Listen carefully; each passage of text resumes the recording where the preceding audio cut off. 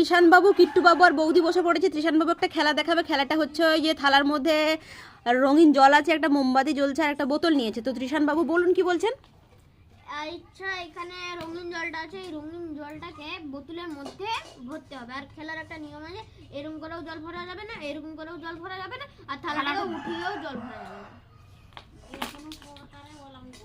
না, এরকম করেও ভরা যাবে না। তুমি ভরে দেখো। আমি এই রকম করলে জলটা ভরবে আর থালাটাকে উঠিয়ে দিলে তো বোতলটা ভরবে। আমি তো কি করে ভরবো? পারবে না, হাই দে। হায় হায় দাঁড়া, মোমবাতি জ্বালিয়ে নাও।